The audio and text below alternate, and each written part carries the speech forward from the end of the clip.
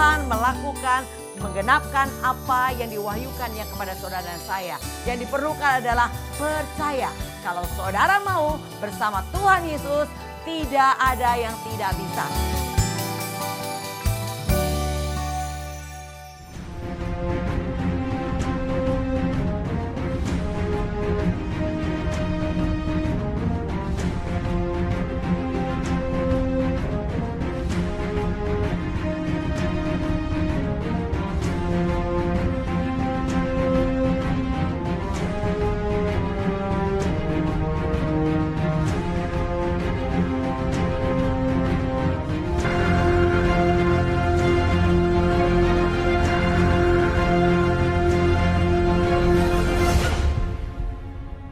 Shalom sahabat penerobos, salam jumpa kembali bersama kami Generasi Penerobos.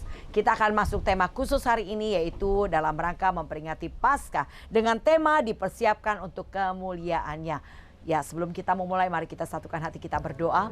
Terima kasih Tuhan untuk kesempatan kami belajar banyak tentang kebenaran firman-Mu, khususnya di edisi khusus Paskah hari ini, buat kami mengerti arti Paskah yang sesungguhnya. Mari Allah Roh Kudus sendiri yang mewahyukan hikmat tuntunan. Kami mau belajar, kami mau diajar, kami mau dituntun. Berbicara atas kami ya Tuhan, dalam nama Tuhan Yesus, haleluya, amin. Ya saudara, bacaan kita hari ini dari Matius 28 ayat 6 sampai dengan ke-7. Ia tidak ada di sini, sebab ia telah bangkit, sama seperti yang telah dikatakannya. Mari, lihatlah tempat ia berbaring. Dan segeralah pergi dan katakanlah kepada murid-muridnya bahwa ia telah bangkit dari antara orang mati. Ia mendahului kamu ke Galilea, di sana kamu akan melihat dia.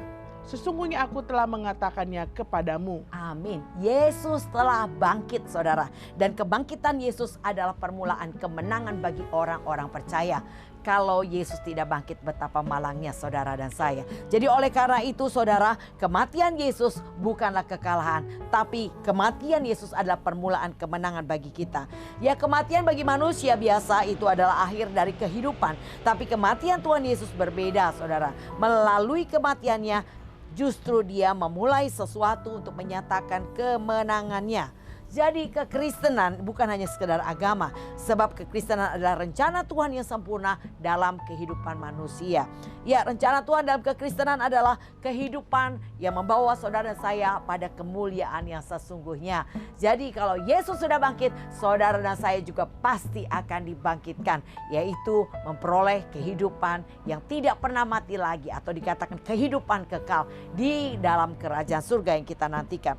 Ya saudara, dosa hanya membawa manusia kepada kehancuran, tetapi salib mempunyai pengaruh besar untuk menyempurnakan kehidupan manusia. Salib sejatinya adalah pintu masuk bagi manusia untuk menerima kemuliaan. Tidak ada kemuliaan tanpa salib. Jadi salib adalah jalan yang membawa saudara pada kemuliaan. Apakah yang dimaksud daripada salib? Ya saudara, ada dua jalan masuk dalam kemuliaan Tuhan, yaitu melalui salib.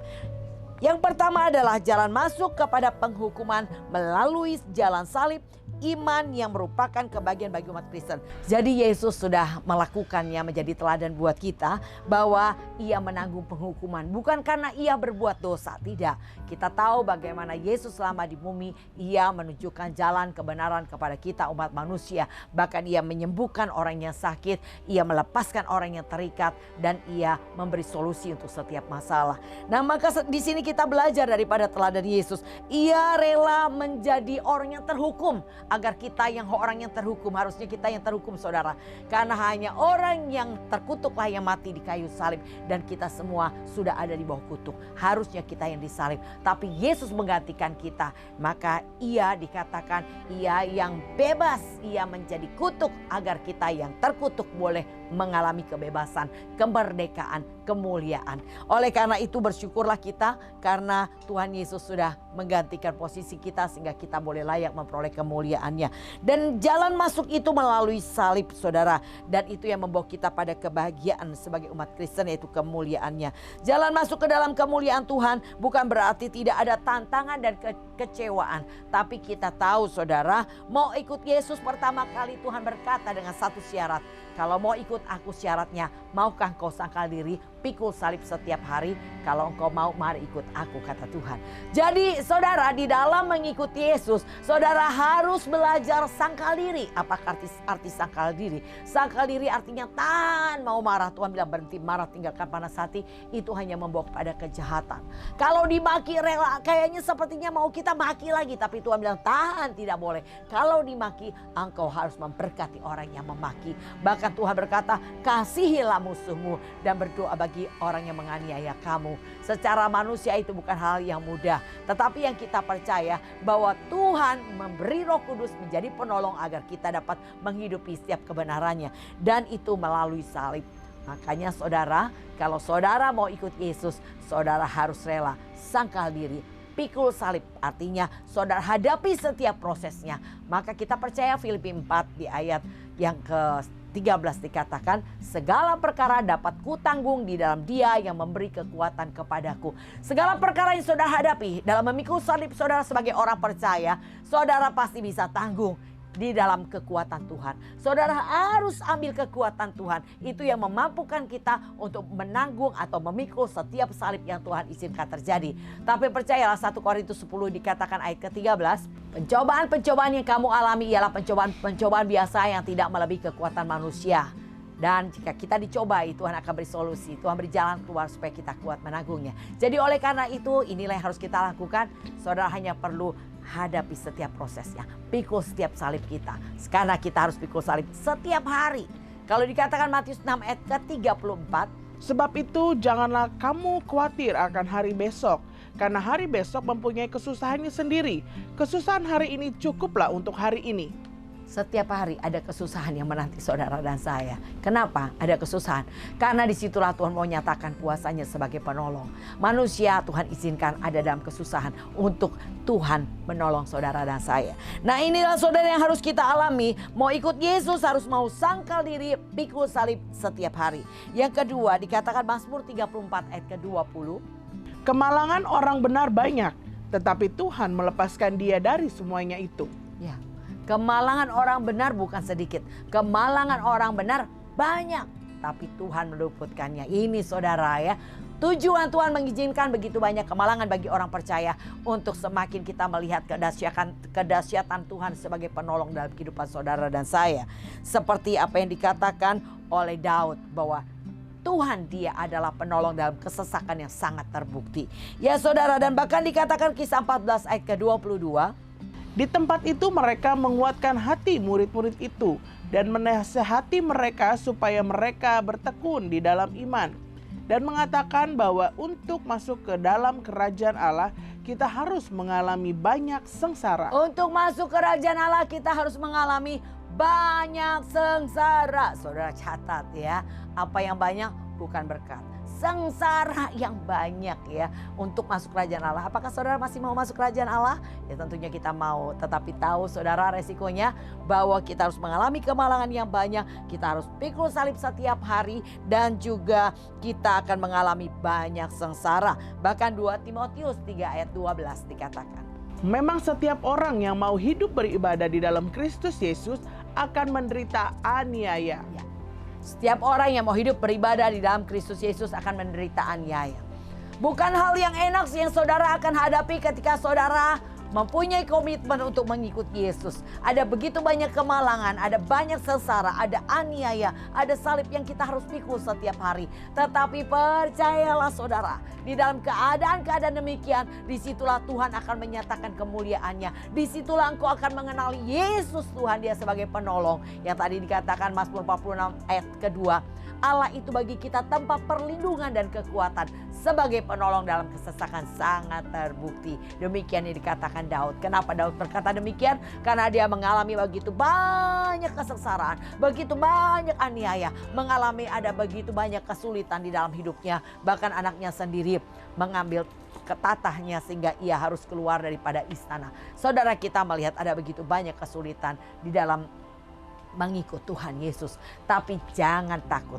Tuhan berikan penolong buat kita semua, yaitu Roh Kudus. Dia akan memberi kekuatan, dia akan memberi solusi untuk setiap masalah saudara. Dia akan memberi penghiburan, dia akan menyatakan kuasa dan mujizatnya yang dahsyat di tengah setiap masalah yang saudara hadapi, di tengah saudara alami. Ketika saya membaca satu buah buku tentang bagaimana kekristenan di RRC pada masa komunis pada saat itu, dikatakan ada seseorang yang pada masa itu dia akan dihukum disetrum listrik, saudara. Dan pada saat itu dia berkata, beri kesempatan saya untuk berkata-kata. Waktu diberi kesempatan berkata-kata, dia beritakan Injil dengan begitu semangat dan keberanian. Akhirnya dengan alat penyetrum dia disetrum, tapi gak apa-apa. Berulang kali gak apa-apa. Dicoba sama ada anjing yang lewat, dicoba anjing itu langsung mati, saudara.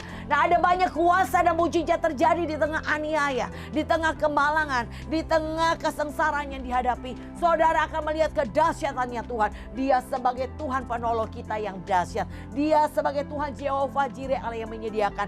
Dia Tuhan Allah penyembuh. Dia sebagai Tuhan yang dikatakan Allah sumber damai sejahtera. Saudara akan menemukan siapa dia dan mengenali Tuhan di tengah setiap prosesmu. Oleh karena itu jangan pernah engkau lari dari proses. Seperti Yesus memberi teladan kepada kita. Dia menanggung itu semua buat kita. Tetapi kita tahu dampak daripada apa yang dialaminya, apa yang dihadapinya. Ya, oke, yang kedua, saudara, jalan masuk untuk menuju kemuliaan yang pertama adalah yaitu jalan masuk kepada penghukuman melalui jalan salib yang membawa pada kemuliaan. Yang kedua adalah jalan kebebasan. Artinya, bagi umat Kristiani, Jumat Agung sesungguhnya adalah hari proklamasi kemerdekaan buat kita.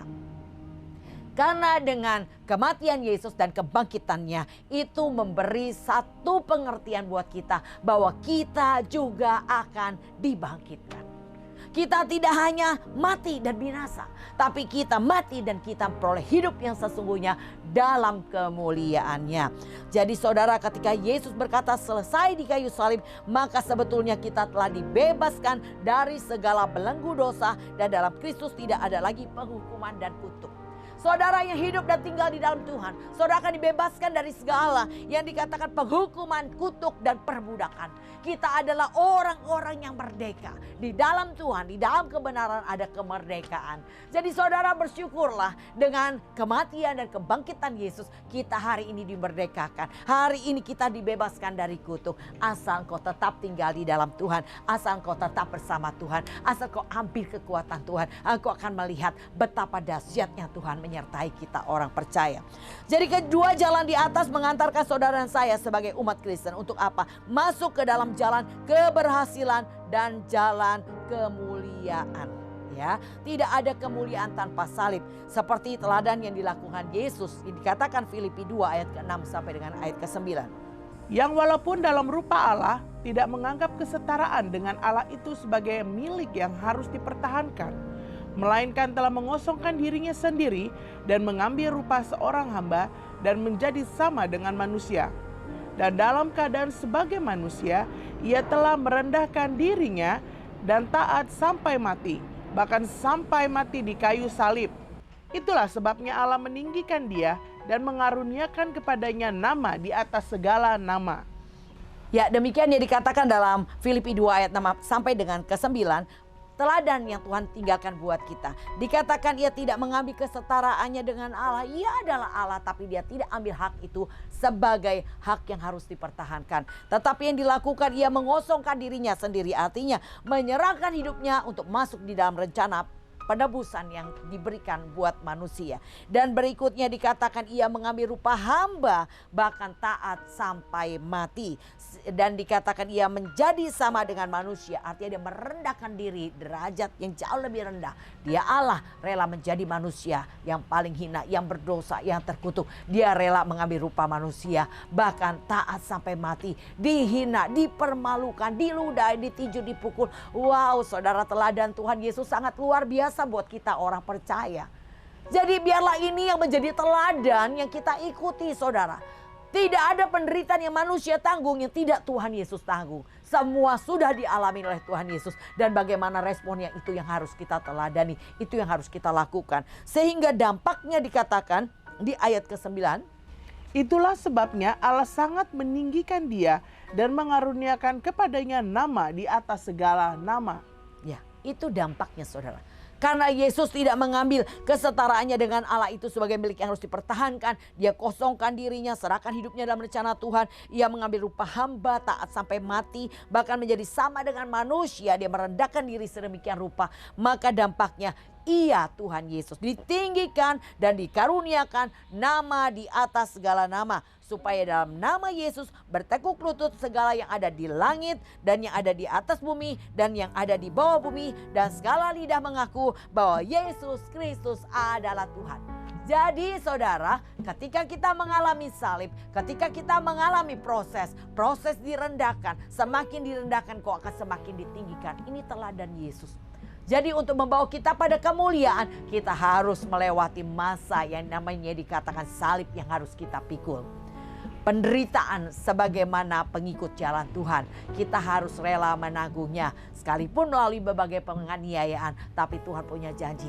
Ia akan mendapatkan upah 30, 60, bahkan 100 kali lipat dijanjikan. Tapi kita memang harus mengalami berbagai aniaya. Tapi tidak perlu takut. Di tengah aniaya kita lihat kuasanya. Di tengah aniaya kita melihat pertolongannya. Di tengah aniaya kita melihat kedahsyatannya. Jadi saudara, identik kehidupan orang Kristen bukan hanya berjalan terima Yesus Tuhan sebagai juru selamat, lalu ikut Tuhan, semua aman-aman aja, nyaman-nyaman aja, sehingga kita tidak akan pernah disempurnakan. Justru di tengah aniaya, justru di tengah kemalangan, di tengah kesengsaraan, disitulah di tengah salib yang engkau harus pikul, engkau akan kenali Tuhan secara pribadi.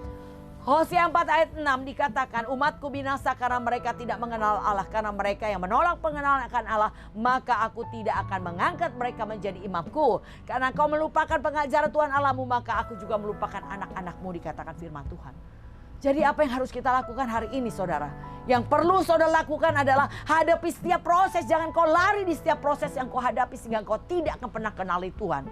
Justru di tengah salib yang kau harus pikul, di tengah aniaya, kemalangan, kesengsaraan, engkau akan kenali siapa Tuhan yang kita sembah. Dia adalah penolong, dia adalah sumber, dia adalah Tuhan yang memberi solusi untuk setiap masalahmu. Tidak akan pernah ada jalan keluar tanpa Tuhan yang memberikannya kepada kita. Kalau Musa dikatakan, bila engkau tak besertaku, ku tak mau berjalan. Ya, Musa tidak berani berjalan kalau Tuhan tidak menyertainya. Hendaklah itu juga menjadi teladan buat kita semua. Jangan pernah berani berjalan kalau Tuhan tidak menyertai. Jadi oleh karena itu kau hanya perlu datang kepada Tuhan di pagi hari. Setelah itu kau lakukan dengan ketekunan. Setia.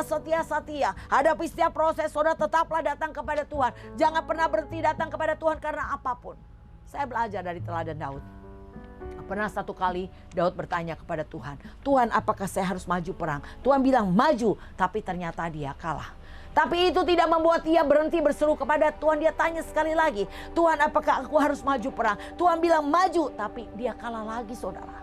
Tapi tidak pernah membuat Daud berhenti. Dia tetap bertanya lagi, dan ketika ia maju ia peroleh kemenangan.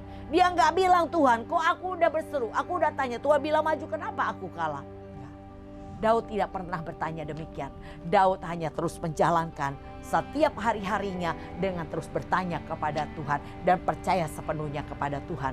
Jadi saudara, seperti Yesus beri teladan, ia rela memikul salib saudara dan saya sedemikian rupa di Golgota agar kita yang terkutuk boleh menerima kemuliaannya. Jadi tidak ada kemuliaan tanpa salib. Jadi salib adalah pintu yang membawa saudara pada kemuliaan. Nah itu saudara jalan yang harus kita tempuh untuk kita masuk pada kemuliaan, yaitu melalui penghukuman atau melalui salib.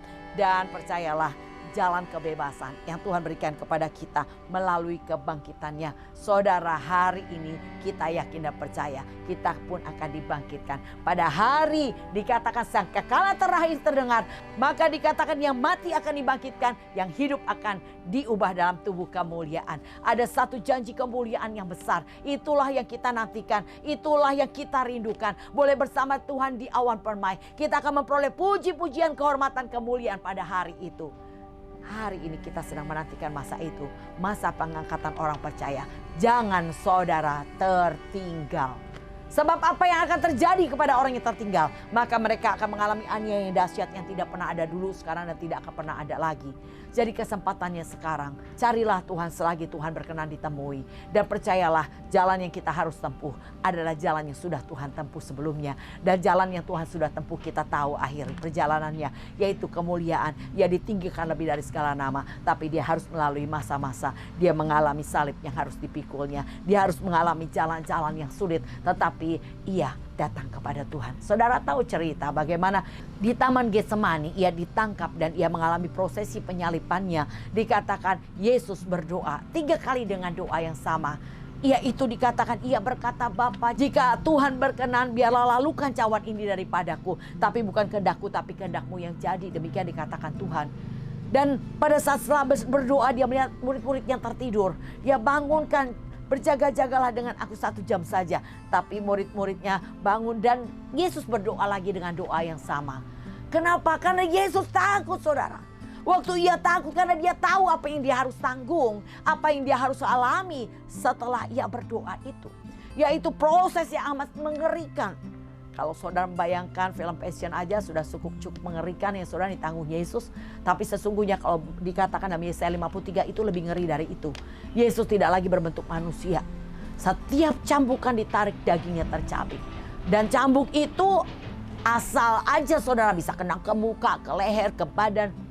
Jadi dia sudah tidak berbentuk lagi. Dan dia itu melakukannya untuk menyelamatkan saudara dan saya. Apa responmu hari ini dengan apa yang Tuhan sudah tanggung untuk menyelamatkan kita? Seringkali kita mulai putus asa, menyerah, marah, kecewa, mundur, tinggalkan pelayanan, tidak lagi mau berdoa. Saudara, apakah salah Yesus? Apakah Yesus harus salibkan untuk kedua kalinya?